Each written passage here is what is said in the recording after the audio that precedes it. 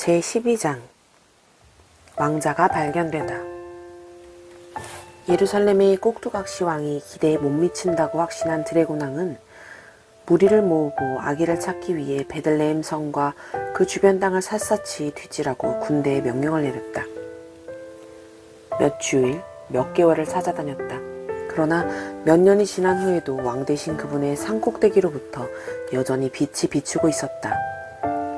드래곤들은 필사적으로 왕가의 아이를 찾아다녔지만 몇몇 드래곤들은 그 어린 왕자가 다른 아이들과 함께 흙먼지 가득한 거리에서 놀고 있을 때 스치듯 지나간 적도 있었다. 드래곤들은 왕 대신 그분의 아들이 목수와 그 아내의 아들로서 평범하게 태어날 것이라고는 생각지도 못했던 것이다. 그렇게 잘 자라난 왕자를 자기들의 코앞에서 놓친 것도 문제지만 드래곤은 저주를 파기하는 열쇠에 대해서도 전혀 이해하지 못하고 있었다. 그 왕자는 세 가지 요구를 충족시켜야만 했다. 첫째, 겸손만이 마음속에 드래곤 씨드를 제거할 수 있기 때문에 왕자는 자신의 영광을 버리고 죽음을 피할 수 없는 인간의 모습으로 겸손을 입고 태어나야만 했다. 둘째, 그는 드래곤 왕을 개인적으로 맞닥뜨려 그의 유혹에 저항하여 단 한 톨의 씨도 싹트지 못하게 막아야 했다. 마지막으로 어른으로 자란 후에 왕자는 인간의 교만에 대한 죗값으로 징벌을 받아야 했다. 그는 인간을 대신하여 왕 대신 그분의 저주를 받아 죽어야만 했다. 교만과 그에 따른 저주를 이기는 승리는 치욕적인 죽음을 통과해야만 얻을 수 있었다. 그분께서는 지상에 사는 자들을 이토록 사랑하셔서 그의 유일한 아들인 왕자를 그 왕좌에서 내려오게 하시고 이 같은 희생의 사명을 감당하게 하신 것이다. 왕자는 하늘의 왕 대신 그분의 아들로 영원히 살 수 있었음에도 그는 그러한 왕으로서의 부름에 집착하지 않았다. 그분의 요청에 그 아들은 자신의 영광을 내려놓고 인간의 연약함을 뒤집었었다. 교만한 드래곤들은 전혀 이해할 수 없는 일이었다. 그랬기 때문에 여러 해가 지나도록 드래곤 왕과 그의 모든 군대는 왕자를 찾을 수가 없었다. 그들의 계속된 실패로 드래곤 왕은 화가 치밀어 올랐다. 그는 화가 나면 날수록 지상의 인간들을 더 맹렬히 공격해서 왕 대신 그분께 대항하게 만들라고 군대에 명령했다. 드래곤 왕은 드래곤 군대를 보내 가능한 한 많은 젊은이들을 사로잡게 했다. 우상 숭배와 부패를 부추기는 것이 왕 대신 그분에 대한 쓰라린 분노를 달래는 것이었다. 드래곤 무리에게 사로잡힌 남자와 여자들은 저마다 앞잡이가 되어 왕자가 누구인지 알만한 단서를 얻기 위해 귀를 쫑긋 세우고 다녔다. 왕 대신 그분의 아들, 이제는 목수의 아들로 장성한 왕의 아들의 비밀스러운 정체를 첫 번째로 폭로한 앞잡이도 그중 하나였는데 그 앞잡이를 사로잡은 드래곤의 이름은 프로울러, 추적자였다. 그는 드래곤 왕에게 자신의 눈부신 공적을 인정받고자 전전긍긍하며 보고를 시작했다. 제가 시골뜨기 소년 하나를 사로잡아 도둑질하게 만들었습니다. 프로울러가 자세한 이야기를 시작했다. 그는 자신의 성과를 자랑스럽게 말하면서 흥분에 쌓였다. 그런데 그 동네 사람 중 몇이 그 소년을 광야로 데리고 간 겁니다.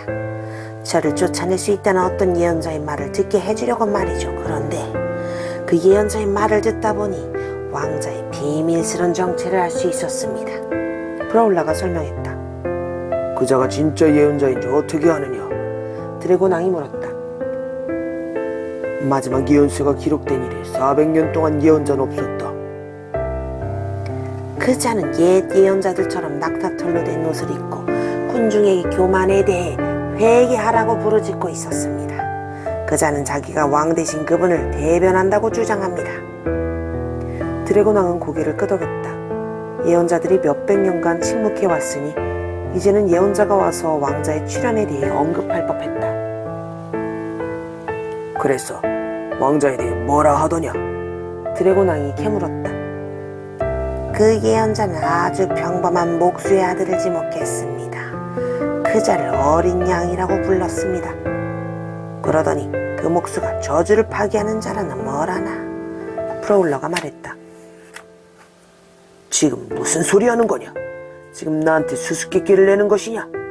우리는 30년을 찾아 헤맸다. 나는 왕자를 찾는 것이지 어린 양을 찾는 게 아니다. 드래곤왕은 이리저리 왔다 갔다 하며 소리 질렀다. 내가 드래곤 군대를 보냈는데 뭐 그저 가져온다는 소식이 목수의 아들? 나를 무슨 바보로 하느냐? 그가 왕자입니다. 프로울러는 급하게 해명했다. 왕 대신 그분이 직접 확증하는 소리를 듣지 못했다면 저 또한 상상도 못했을 겁니다.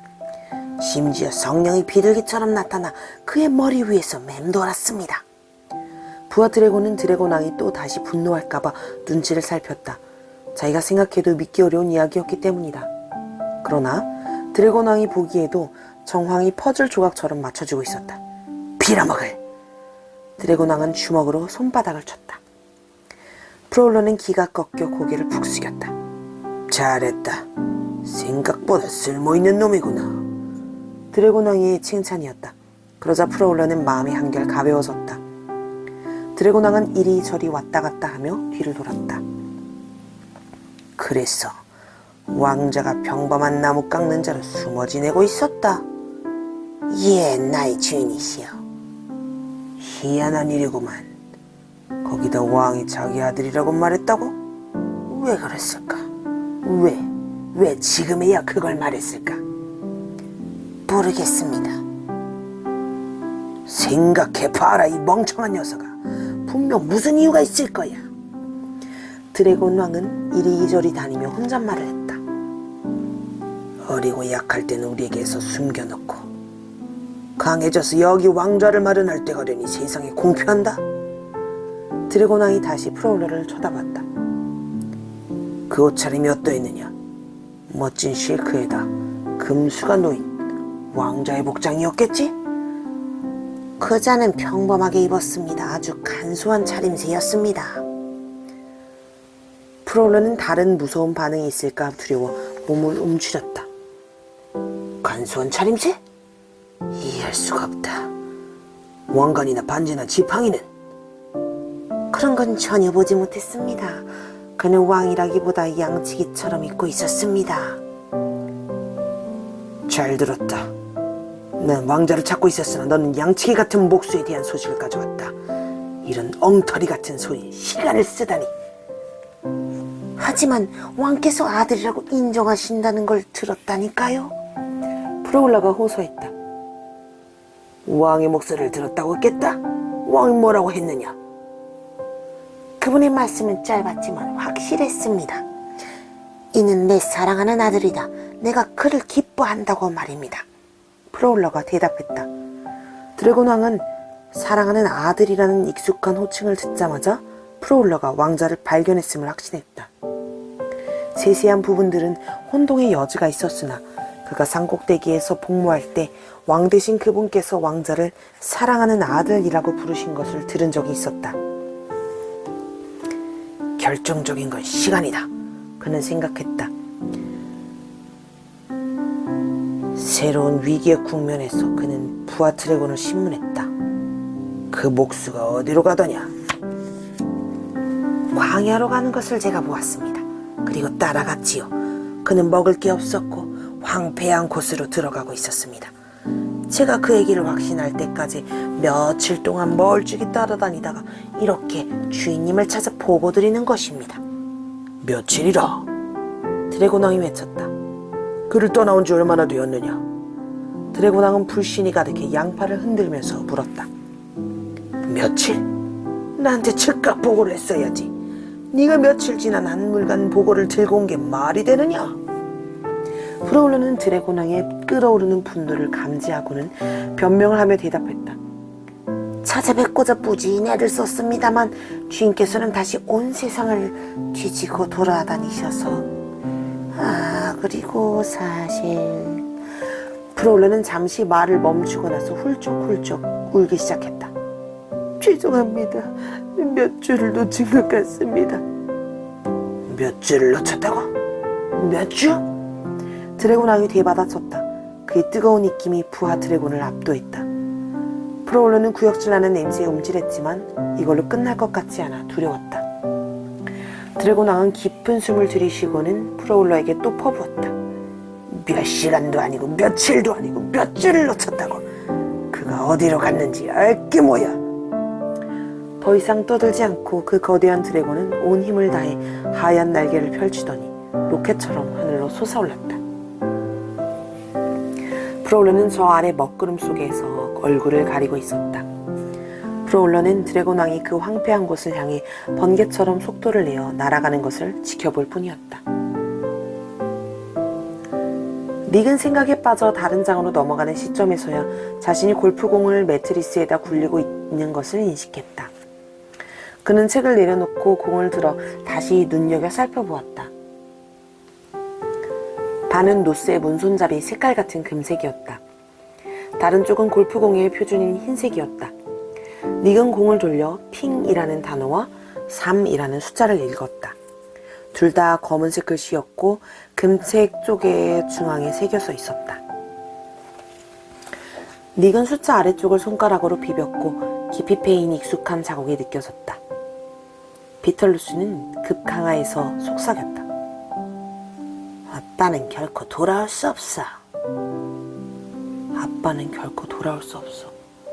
그의 머릿속에 울리는 말이었다. 눈물이 떨어졌다. 닉은 손으로 눈물을 닦아냈고 휴지를 가져오는 것이 귀찮아 코를 훌쩍 들이마셨다. 그는 골프공을 다시 쳐다보았다. 가느다란 검은 선으로 흰색과 금색이 나뉘어 있었다. 그는 그 위에 눈이 보일 때까지 공을 돌렸다. 공 위에 얇게 그려진 눈, 그를 쳐다보고 있었다. 잘못됐어. 공에게 하는 말인지 누구에게 하는 말인지 닉은 공중에 대고 외쳤다. 증오해! 에론곤스는 씩 웃으며 그를 불렀다. 그분은 너를 신경 쓰지 않아. 몰랐니? 너는 그분에게 아무것도 아니야. 그래서 네 아빠가 죽게 놔둔 거라고. 갖다 버려. 저기 창문에 던져버려. 비털루스가 슬쩍 끼면서 말했다. 이번에 그냥 영원히 지워버려. 아무도 신경 안 써. 창문 열고 온 힘을 다해 던져버리는 거야. 넌 완전 혼자야. 비톨루스가 확인사살을 하려고 끼어들며 계속 말했다. 그분은 너의 아빠를 데려갔어. 당신을 증오해. 닉이 말하며 벌떡 일어섰다. 그는 잠금 장치를 열고 창문의 창틀을 들어올렸다. 그 순간 창문 방충망이 쾅 하고 아래로 떨어졌다. 닉은 마지막으로 한 번 더 공을 쳐다보았다. 그때 멀리서 치는 폭풍의 번갯불처럼 순간적으로 방 안에 빛이 비춘 것을 눈치채지 못했다. 닉은 창문 밖을 바라보고 메이저리그 투수처럼 몸을 구부렸다.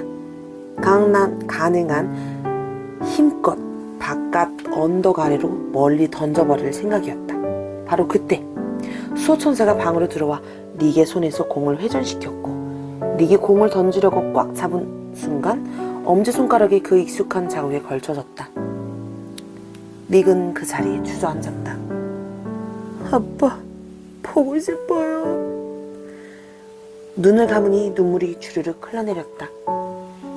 마음 깊은 곳에서는 그 공을 훔치지 말았어야 했다고 생각했지만 너무 두려워서 돌려넣을 수도 없었다.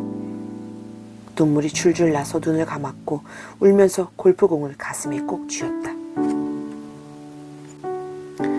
뒷마당에 있던 메리는 아들의 고함 소리를 들었다. 의자에서 일어났다. 닉에게 무슨 일이 있는지 궁금해 견딜 수가 없었다. 책을 읽고 있는 걸까? 이어폰 꽂고 셀쭉해져서 구석에 박혀있나? 좀 전에는 부엌에서 닉이 신발 끄는 소리를 냈었고 엄마가 주는 평화의 선물도 발견했을 터였다. 그런데 이건 또 무슨 소리지? 방에서 혼자 밥 먹게 허락하는 걸로 끝나는 건 아니겠지? 가서 좀 봐야겠다. 메리가 큰 소리로 혼잣말을 했다. 혼자 있은 지 적어도 2시간은 됐을 거야? 아직 가지 말아라. 옆에 앉아있던 어머니가 부드럽게 끼어들며 말했다. 혼자 있는 시간이 필요할 거야. 메리는 잠자코 있다가 괜찮은지만 보고 올게요 라고 말했다. 그냥 그냥 잘 해내고 있을 거야. 네가 아마 모르겠지만 지금 거기서 하나님과 씨름 중일 거야. 경험에서 우러나온 현명한 말은 메리를 안심시켰다. 메리는 어머니에게 기대어 이마에 입을 맞추고 미소 지었다. 엄마가 제 옆에 계셔서 정말 감사해요. 안나는 검지손가락으로 위를 가리켰다. 우리는 절대 혼자가 아니야. 둘 중 어느 누구도 나이 지긋한 여인의 뒤에 수호천사가 서서 지켜보고 있음을 보지 못했다. 닉의 휴대폰이 울렸다. 하지만 두툼한 침대포 때문에 소리는 들리지 않았고 진동은 있었지만 이번에는 닉이 알아채지 못했다. 닉은 책장을 넘길 때마다 내면 깊숙이 무언가 깨지고 부드러워지는 것을 느꼈다. 드래곤왕이 분노하면 할수록 닉은 익숙했던 괴물 같은 분노로부터 조금씩 멀어지고 있었다. 그는 그 분노가 자신의 마음에서 뱉어낸 그 독과 같은 것임을 알게 되었다. 휴대폰이 두 번째로 울렸지만 닉은 여전히 알아채지 못했다. 아무런 예고 없이 차가운 공기가 불쑥 창밖에서 불어들어왔다. 폭풍이 지나가는 중이어서 커다란 회색빛 구름이 지평선에 뭉게뭉게 올라오고 있었다. 이상하게도 닉은 그 광경이 자신의 내면의 폭풍을 그대로 반영하는 것처럼 느껴졌다. 비털로스는 깊은 생각에 잠긴 닉의 모습을 관찰하며 마음이 초조해졌다. 비털로스가 닉에게 뿌린 씨는 속삭임의 형태로 다가왔다. 그는 마음속 깊숙이 침투해서 방향을 구부려 틀게 하려는 계획이었다. 불공평해. 첫 번째 씨가 슉슉 소리를 내었다. 넌 더 나은 삶을 살 자격이 있어. 하나님은 너에게 신경 안 써. 두 번째 씨가 외쳤다. 그러나 초조하게 쳐다보고 있던 드래곤은 깜짝 놀랐다. 닉의 마음에 전혀 영향을 끼치지 못한 것이다. 이미 변화는 시작되고 있었다. 제13장 광야의 유혹. 사랑하는 독자여, 드래곤은 왕자가 어린아이였을 때 그를 죽일 수 없었다. 그가 왕의 아들에게 쏜 모든 화살은 쉽사리 빗나가 버렸다. 아직은 때가 아니었기 때문이다. 그러나 하늘의 아버지께서 약속된 그분에게 대해 공표하신 대로 그분은 여느 인간과 똑같이 공격에 취약하셨다. 그분은 모든 면에서 우리처럼 유혹을 견뎌내셔야만 했다. 드래곤왕은 그 목수를 찾으려고 광활한 황무지 골짜기를 가로질렀다. 그의 머릿속에 지도처럼 찍힌 광야의 지형도를 따라 그는 걸어서 접근할 수 있는 지역으로 수색을 좁혀갔다.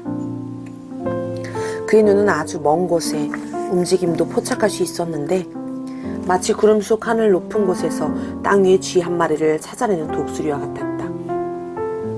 수색을 시작한 지 1시간 만에 드래곤왕은 울퉁불퉁한 바위 언덕 꼭대기에 평평한 곳에 무릎을 꿇고 있는 사냥감의 뒷모습을 발견했다.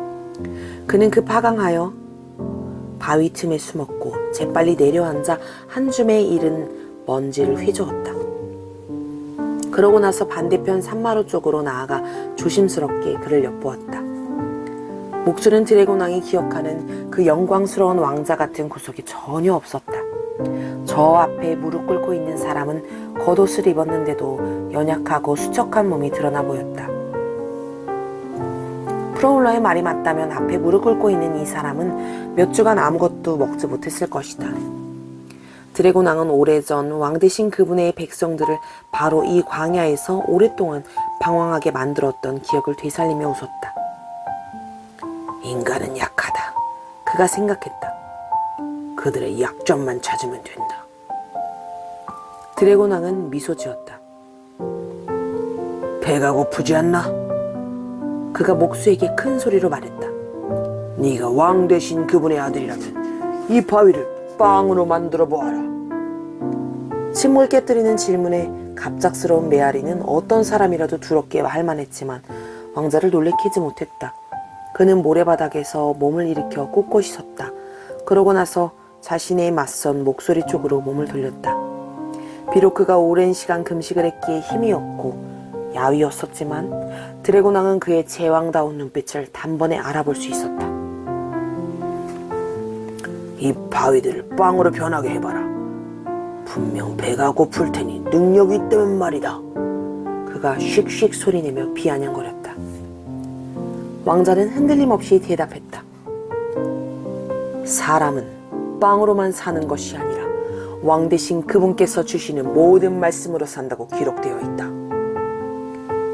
그래서 네가 왕의 아들이란 거냐? 아니면 왕의 아들이었었다는 거냐? 채, 보이는 거라곤 지체 낮으신 목수의 모습뿐이니. 그가 말할 때 드래곤 시드가 그의 입에서 쏟아져 나와 왕자를 덮었지만 그를 전혀 사로잡지 못했다. 왕자는 침묵했다. 드래곤왕은 목수 앞에서 자신을 드러내 보이기 위해 내부의 온 힘을 끌어모았다. 그러자 소리 없이 그의 일그러지고 기괴한 형상이 모래 위에 자신감에 꽉 찬 교만한 모습으로 나타났다. 드래곤의 마음속에는 분노가 끓었다. 그러고 나서 어떤 경고의 소리도 없이 그는 속도를 높이려고 양 날개의 뒤쪽으로 펼치며 왕자에게로 달려들었다.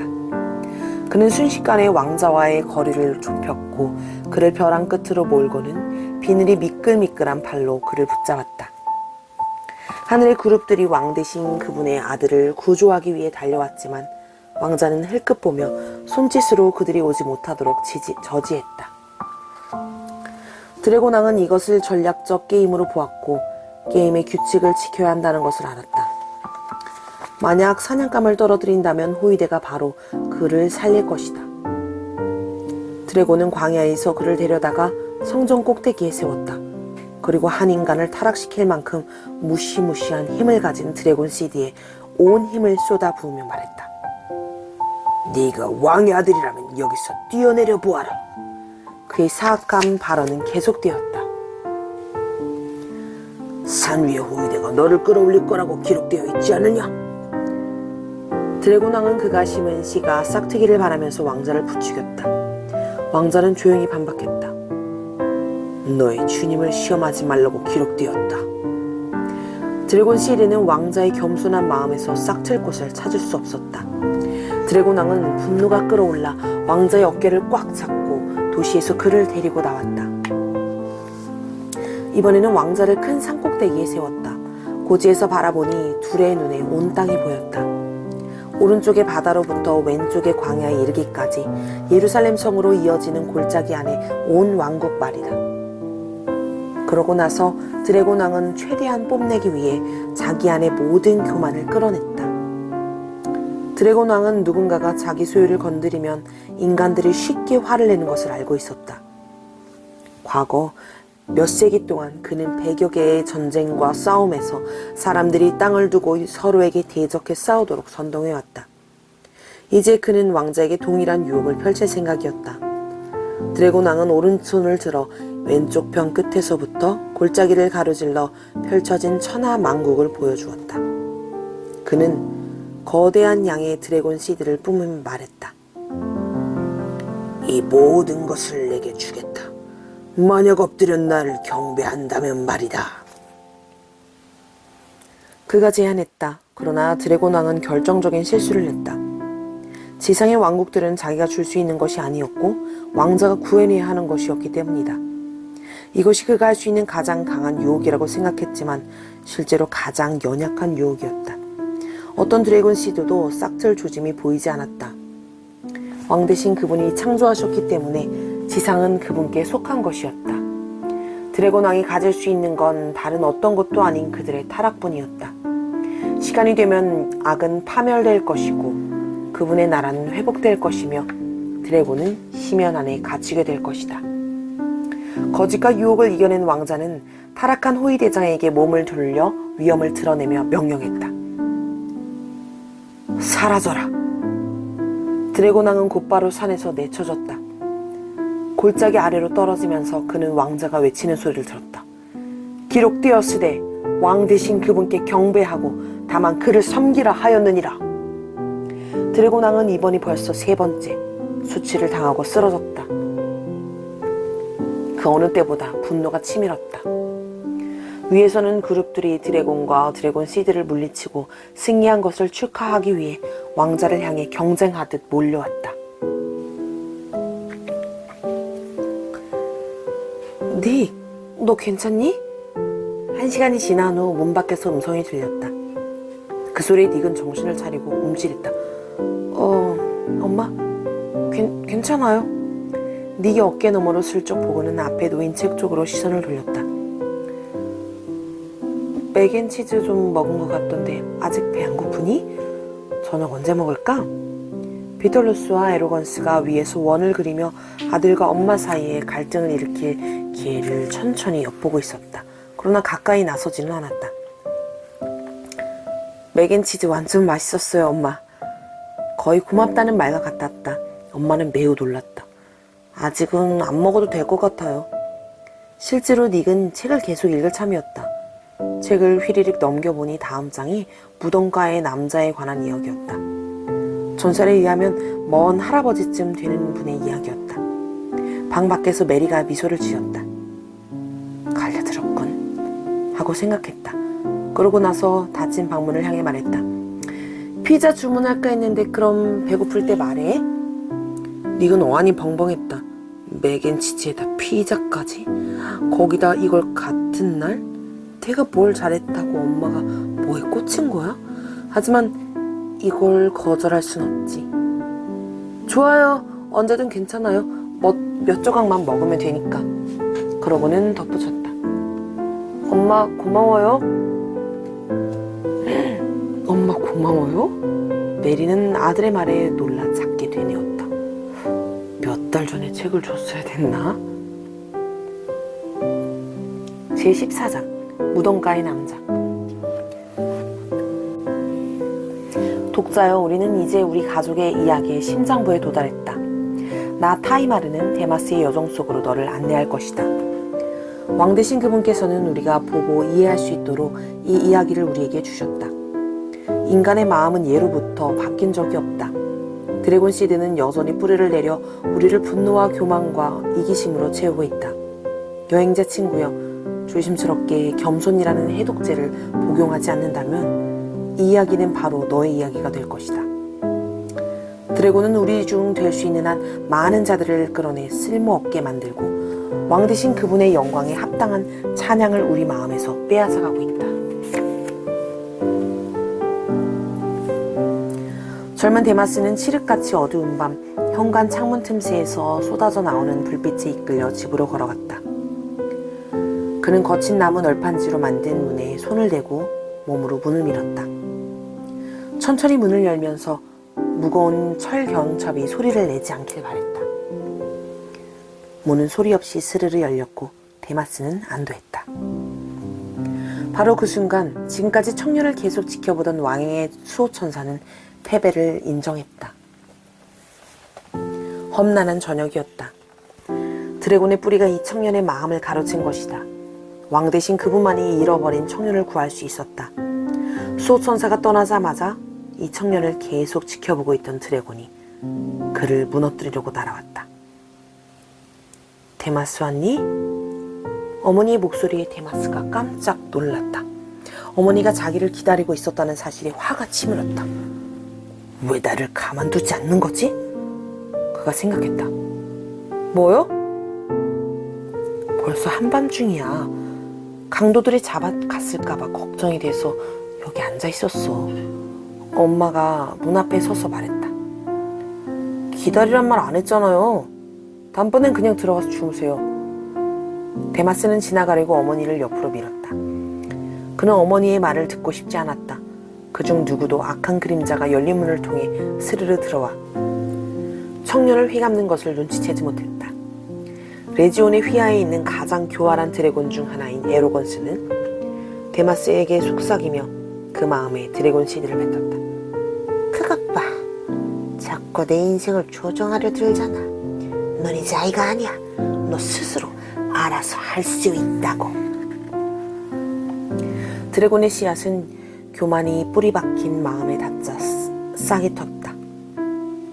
그렇게 데마스의 마음속에서 싹이 튼 드래곤 시드는 새롭게 자리 잡을 곳이 없는지 살피며 오래된 뿌리들 사이를 비집고 들어갔다.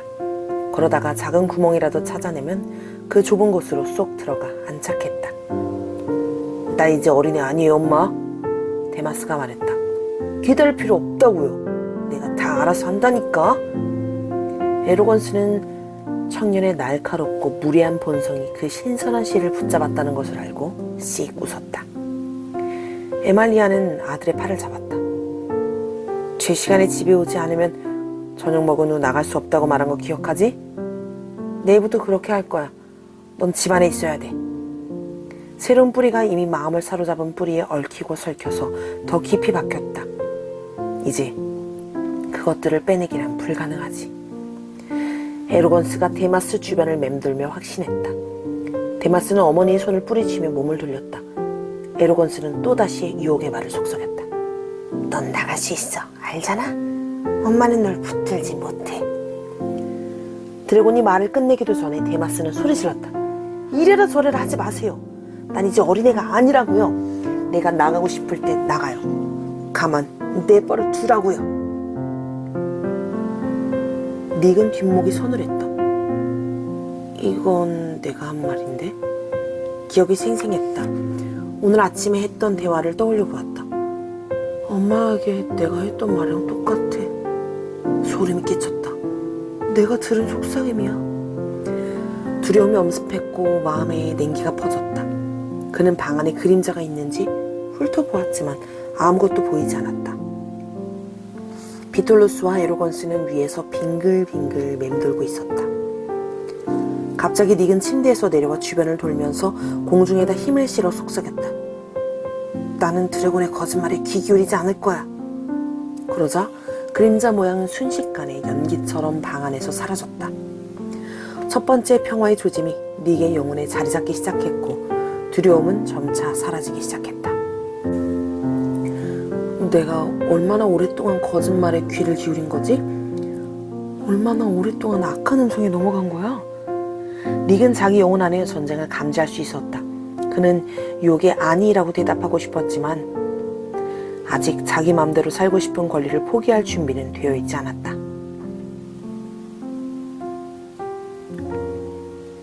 아버지가 내일 아침 바다에서 돌아오시면 이 말에 대해 들으실 거야. 에말리아는 아들의 반항 앞에서 결코 물러날 생각이 없었다. 항상 있었던 일인걸요? 집에 와서 나한테 소리 지르는 거. 데마스가 코웃음 쳤다. 치밀어 오르는 분노에 그들의 목소리가 점점 커지면서 이 익숙한 언쟁 소리에 데마스의 형 노아가 잠에서 깨고 말았다. 노아는 침대에서 튀어나와 엄마 편을 들었다. 그는 제멋대로 구는 동생에게 격분했다. 왜 항상 너만 집에 들어오면 싸움이 일어나냐? 형은 저리 비켜! 동생이 쏘아붙였다. 형이 무슨 상관이야? 에말리아가 두 사람 사이에 끼어들었다. 됐다. 둘 다 그만해. 데마스, 아버지가 우리를 먹여 살리려고 얼마나 열심히 일하시는지 알지? 아버지한테 제멋대로 구는 건 절대 안 된다. 데마스는 사무치는 눈빛으로 쏘아보았고 팔짱을 낀 채 아무 말도 하지 않았다. 잘 들어. 에말리아가 잠시 멈추었다가 데마스의 어깨를 만지며 목소리를 부드럽게 가다듬었다. 우리는 한 가족이야. 어느 누구도 다른 사람을 무시하는 태도로 대해서는 안 돼. 데마스는 비켜섰다. 그냥 가만 좀 내버려 둬요. 넌 진짜 교만한 녀석이야. 노아는 동생이 왜 그렇게 이기적인지 알 수 없다는 듯 고개를 저으며 말했다. 이 모든 상황이 기쁜 에로건스는 머리 위에서 뱅글뱅글 돌았다. 말 조심해. 후회하기 싫으면? 데마스가 비난하는 어조로 형에게 손가락질했다. 데마스, 형한테 그런 식으로 말하지 마라. 형이 내가 만나고 다니는 길거리 친구인 줄 아니? 에로건스가 급강화하며 속삭였다. 이런 건 참으면 안 돼. 네 친구들을 욕하잖아? 잘 들었어요. 나 나가요. 데마스가 욱하며 내뱉었다. 내 친구들에 대해 그런 식으로 말하지 마요. 화가 치민 데마스는 문을 박차고 어두운 컴컴한 길로 나가버렸다. 드래곤이 따라 나갔다. 그렇게 분노하며 문을 박차고 나간 것이 처음 있는 일도 아니었다. 에말리아는 텅 빈 문 앞을 바라보고 조용히 서서 눈물을 흘렸다. 아들의 분노가 치솟았을 때 따라 나서봤자 아무 소용없다는 것을 알고 있었다. 노아는 어머니를 안아주며 말했다. 저 녀석 저런 식으로 제멋대로 구는 건 절대 옳지 않아요. 내가 저런 바보가 아닌 게 얼마나 다행인지 노아가 생각했다. 저 아이가 안전하길 바랄 뿐이다. 에말리아가 말했다. 그러고는 아들의 색바랜 옷자락이 어둠 속에서 완전히 사라질 때까지 애써 바라보았다. 문에서 눈을 떼지 못하는 에말리아는 그림자가 위쪽으로 들어와 큰 아들 주위를 널따랗게 도는 것을 알아차지 못했다. 며칠 뒤 데마스가 돌아왔지만 곧 다시 나가버렸다. 데마스는 이후 몇 달간 가족들과는 거의 함께 시간을 보내지 않았다. 부모님에 대한 그의 쓴 감정은 점점 더 심해졌다. 형과 이웃 친구들과 보내던 시간은 끝나버렸고 반면에 다른 새로운 친구들과 보내는 시간은 점점 늘어났다. 형도 마찬가지였다. 동생의 반항적인 태도와 그의 새로운 친구들을 점점 무시하게 되었다. 데마스의 부모는 그에게 돌아오라고 어르고 달래보았지만 그는 항상 부모가 만들어 놓은 규칙이 마음에 들지 않았다. 그는 술을 마시기 시작했다. 처음부터 많이 마시진 않았지만 언제든 원하면 술을 끊을 수 있다는 에로건스의 거짓말을 늘 믿고 있었다. 언젠가는 분노가 폭발해 친구들마저 겁에 질리게 만들기도 했다. 그들은 그의 마음속에 무엇인가 이상한 존재가 있음을 느낄 수 있었다. 데마스는 매일 그것도 하루 종일 술을 마시게 되었고 그나마 조금 남아있던 자제심도 사라져버렸다. 에로건스는 지속적으로 데마스를 유혹했고 마침내 자기 수하로 완전히 들어올 때까지 그를 점점 더 어둠 속으로 몰아넣었다. 드래곤은 청년의 마음속에 완전히 둥지를 틀었고 더 많은 드래곤을 초청해 그를 철저히 악으로 물들였다. 드래곤들의 숫자는 점점 늘어났고 그들은 데마스의 마음속에 신선한 드래곤 씨들을 뿌리며 데마스를 괴롭혔다. 순전히 재미로 그렇게 한 것이다. 그들은 데마스가 극도로 분노하게 만들었다. 데마스는 자기에게 대항하는 누구에게든 덤벼들었고 종종 동네 건달들과 시비가 붙기도 했다. 그런 언쟁이 붙으면 드래곤들이 그를 격렬한 분노에 이르게 만들었다. 그는 자기보다 더 크고 센 사람들도 사정없이 두들겨 팼고 그러다가 몇 번은 뼈를 부러뜨린 적도 있었다. 그러다가 여러 번 지역 경찰에 잡혀 수갑을 차고 사슬에 묶이기도 했다. 그러나 데마스는 사슬을 끊고 바다에 인접한 언덕으로 도망쳤다. 결국 그는 바위 언덕에 깎아 만든 빈 무덤에서 주변을 지나다니는 사람들에게 강도질을 하며 살게 되었다. 레지오는 에로건스로부터 데마스를 지배할 권리를 빼앗았고 에로건스로부터 거주 명령을 받았던 드래곤들을 환영하며 맞아들였다. 데마스의 마음은 드래곤 군대를 위한 교만의 축제가 벌어지는 파티 장소가 되고 말았다. 악한 그림자들이 드래곤의 뿌리로 가득한 마음속에 들어갔다 나왔다 했다. 100여 개의 그림자들이 한 번에 그를 사로잡을 수 있었다. 드래곤 군대는 순번을 정해 데마스가 걷잡을 수 없는 발작을 일으키도록 했고 나머지는 신이 나서 데마스 위로 휘휘 돌아다녔다. 아무도 무덤 근처로 지나가지 않을 것을 알기에 철저히 혼자 남겨진 데마스 곁에서 그들은 밤새도록 흥청거렸다. 지속적인 고통에 시달리던 데마스는 집에 대한 기억이 아예 사라져버리고 말았다. 드래곤들은 쉼없이 데마스를 괴롭혔지만 술에서 깨는 때나 에로건스가 데려온 또 다른 사람을 가지고 놀 때는 잠시 예외였다. 그럴 때는 드래곤의 포로된 자들이 순서대로 쉴 수 있었다.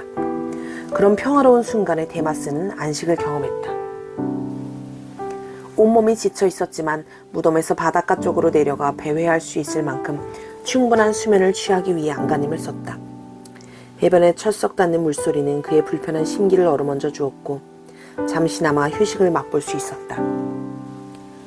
그러나 금세 돌아와 괴롭히는 드래곤들 곁에서 데마스는 멀리 갈 수도 오랫동안 잘 수도 없었다. 데마스가 무덤 사이를 지나다니는 것이 사람들 눈에 종종 띄었다. 그 지역에 사는 사람들은 부모에게 제멋대로 굴거나 교만한 태도로 말대꾸를 하지 못하게 자식들을 훈계하면서 이렇게 말했다.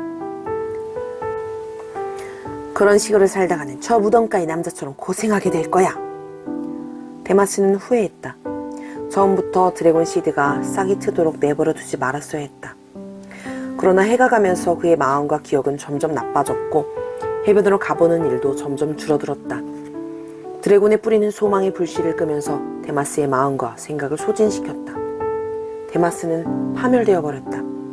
그분의 아들이 데마스가 사는 동굴에서 멀지 않은 해변에 배를 타고 오신 그날까지. 레지오는 자신의 드래곤 군대를 소집했다. 보고 시간 전에 드래곤들은 데마스와 다른 한 남자를 장난감 삼아 번갈아가며 괴롭히고 있었다. 그 두 사람을 몇 시간 동안 쉼없이 분노에 빠뜨리는 것이었다. 둘이 완전히 뻗었을 때쯤 레지오는 무리에게 주목하라고 했고 그들에게 명령의 말을 쏟아냈다. 목수라는 자가 진짜 왕의 아들이다. 이것은 우리가 확신할 수 있다. 드래곤 시드는 그 자에게 전혀 영향을 끼치지 못했고 그의 힘은 점점 커져서 저주를 역전시키고 있다.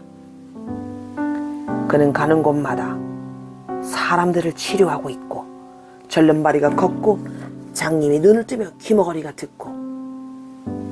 레지오는 잠시 멈춰 둘러보고는 무리 가운데서 지쳐 쓰러져 있는 두 사람에 대해 잠시 생각했다. 몇 해 동안 고통받아온 두 사람이 이제는 드래곤 무리나 다름없음을 확신하고는 생각을 멈추고 말했다. 그 목수는 우리가 소유한 자들에게서 우리 동료 드래곤들을 내쫓고 있다. 데마스는 그 말을 들었지만 감히 눈을 뜰 수가 없었다. 드래곤 무리는 비록 자기들 중에 그런 패배가 반복된다는 소문이 있었음에도 믿을 수 없다며 뒤로 물러섰지만 디셉터는 증언하기 위해 앞으로 나섰다. 나는 신실한 자들 가운데 공포심을 퍼뜨리려고 청년 한 명을 사로잡아 성전 앞에 모인 자들에게로 몰아갔습니다. 그런데 그 목수가 들어와서는 몇 마디 말로 나를 쫓아버렸습니다. 그는 나를 결박을 끊어버리고 내가 몇 달 공들여 잘 키운 그 청년에게서 드래곤 씨들을 싹 다 뽑아갔습니다. 그 목수는 평범한 사람처럼 보였지만 왕의 권세를 휘두르더군요. 그는 우리가 경멸한 바로 그 왕자입니다. 내가 마지막 숙주를 붙들고 있을 때 나는 당신이 왕의 거룩한 아들인 걸 압니다 하고 소리치며 왕자의 정체를 드러냈습니다. 조심히들 하십시오. 왕자는 지상에 사는 동안 우리를 그 시면에 던져넣을 권한을 가지고 있으니까요. 드래곤 무리는 이 보고를 듣고 조용해졌다. 그때 디셉터가 공포에 사로잡혀 소리질렀다. 그는 너무 막강합니다. 우리가 당해낼 재간이 없다고 말씀드릴 수가 있겠습니다. 도망쳐서 흩어집시다. 우리를 다시 그 성으로 조용. 레지온이 명령했다. 저자를 끌어내라. 유약하게 굴 시간이 없다. 두 명의 더 강한 영들이 디셉터를 붙잡아 모임에서 끌고 나갔다. 그러나 그의 경고는 마음이 약한 드래곤들에게 공포심을 불러일으켰다. 레지온은 군대를 고무시킬 필요를 느꼈다. 그래서 우리는 왕자를 파멸시켜야 한다고 본다. 레지온이 다시 그들을 주목시키며 명령했다. 그의 힘이 그토록 대단한데 우리가 어떻게 그를 파멸시키겠습니까? 부하 드래곤이 물었다. 조용! 레지온은 부하를 꾸짖은 뒤 듣고 있는 모두에게 목소리를 높였다. 순간적으로는 목수의 힘이 우리보다 훨씬 강한 것이 맞다. 그는 우리의 계획을 방해하고 우리를 좌절시켰다. 그는 겸손을 이용해 우리의 드래곤 시드가 자라지 못하게 하고 있다. 그러나 드래곤 왕께서는 목수를 주목해 보시고는 그의 약점을 찾아내셨다. 그래서 오늘 밤 너희를 부른 것이다. 약점이라는 말에 모두의 눈이 반짝였다. 드래곤들은 레지온의 설명을 자세히 들었다. 레지온이 이어 말했다. 그 목수는 우리를 두려워하지 않을 것이다. 그러나 그는 자기 동료들을 두려워한다. 예언을 이루고 드래곤 왕의 발꿈치를 치기 위해 그는 인간의 몸으로 태어나야만 했다. 그는 여전히 우리 드래곤에게 명령할 수 있고 우리와는 적극적으로 대치해왔지만 그가 인간에 대항해서는 힘을 쓰지 않고 있다. 저들이 목수를 절벽 너머로 밀어버리려 했던 거 기억나지 않느냐? 왕자는 그들에게 불을 내리지 않았고 어떤 명령도 없이 스스로 물러가 몸을 숨겼었다. 드래곤들은 자기들끼리 수군거리기 시작했다. 그것은 사실이었다. 왕자는 많은 드래곤들을 쫓아냈지만 어느 누구도 왕자가 인간을 쓰러뜨렸던 적을 본 적도 들은 적도 없었다. 레지온은 자신의 보고가 끝나자 무리들이 싸울 기세가 등등해짐을 볼 수 있었다. 저녁이 되면 그는 지친다. 목이 마르고 배고파진다. 그의 육체는 모든 인간과 다름없이 피를 흘린다. 그는 죽기 마련이다. 레지온의 논리에 온전히 동의할 수 없었던 에로건스가 물었다. 그의 능력이 우리를 압도하는 게 사실이라면 대체 어떻게 그를 죽이겠습니까? 우린 왕자를 죽이지 않는다. 레지온이 대답했다. 그가 창조한 인간들이 왕자를 죽일 것이다. 인간들이 그를 파멸시킬 것이다. 이러한 계시에 무리는 소리를 지르고 환호했다. 사람이 사람을 죽이다니. 그들은 그 생각 자체만으로도 한없이 기뻤다. 레지온은 연설을 이어갔다. 처음에 드래곤왕이 던져놓은 드래곤 씨는 온 땅에 퍼지고 있다. 어느 누구도 멈출 수 없다. 내가 말한 대로 종교 지도자들은 목수의 목숨을 빼앗을 음모를 꾸미고 있다. 목수를 따르는 자들 가운데 한 녀석이 공금을 횡령하고 있다. 그가 비록 다른 자들처럼 중성스러운 척하지만 그 마음은 드래곤 시드가 내린 뿌리로 뒤틀려 있다. 드래곤 왕은 시간이 되면 그의 마음을 사로잡으실 것이다. 왕자는 그의 사람 중 하나에게 배신당하는 것이다. 그러고 나면 왕에 대한 우리의 복수는 끝이 나는 것이다. 종교 지도자들은 이미 우리 휘하에 있다. 바깥에서 그들은 왕께 헌신한 거룩한 사람들처럼 보이지만 드래곤의 뿌리 안에서는 그 모든 마음이 돌처럼 변하고 있다. 우리는 그들에게 목수를 죽일 음모를 불어넣고 있다. 그저 스스로 실행할 담력이 없을 뿐이다. 그러나 때가 되면 분노와 질투심이 점점 자라날 것이고 그러면 곧 목수가 죽게 되는 것이다. 그들이 자축하는 동안에 데마스는 그들의 결박에서 벗어났다. 그 목수를 찾아내야겠다. 나를 해방시켜줄 수 있을 거야. 데마스는 희망의 빛을 느꼈다. 박쥐구름처럼 하늘 위에 뒤덮은 드래곤들은 데마스에게 신경 쓰지 않았다. 그러나 항상 데마스를 경계하는 드래곤들에게 끌려온 다른 한 남자는 그를 주시했다. 드래곤들은 종교 지도자들이 왕자를 파멸시킬 수 있는 여러 가지 방도를 모색하며 밤 늦게까지 먹고 마시며 즐겼다. 몇몇은 돌로 죽이는 것을 선호했고 또 절벽에서 목수를 밀어버리자는 의견도 있었다. 그러나 레지온이 군대식으로 나무에 매달리자는 제안을 하자 드래곤이 발광하기 시작했다. 축하연에 취해 그들은 지쳐 잠이 들었다. 데마스는 이미 도망치기 시작했다. 그는 무덤에서 기어나와 드래곤들이 깰까봐 아주 천천히 움직여 바닷가로 갔다. 데마스는 자기보다 키가 큰 풀밭으로 가려고 속도를 내었다. 이제는 6m가량 밖에 남지 않은 거리였다. 데마스는 두터운 풀숲이 자신을 가려주기를 바랬다. 데마스가 시야에서 사라지기 바로 직전 그 다른 남자는 눈을 떼 데마스를 찾아냈다.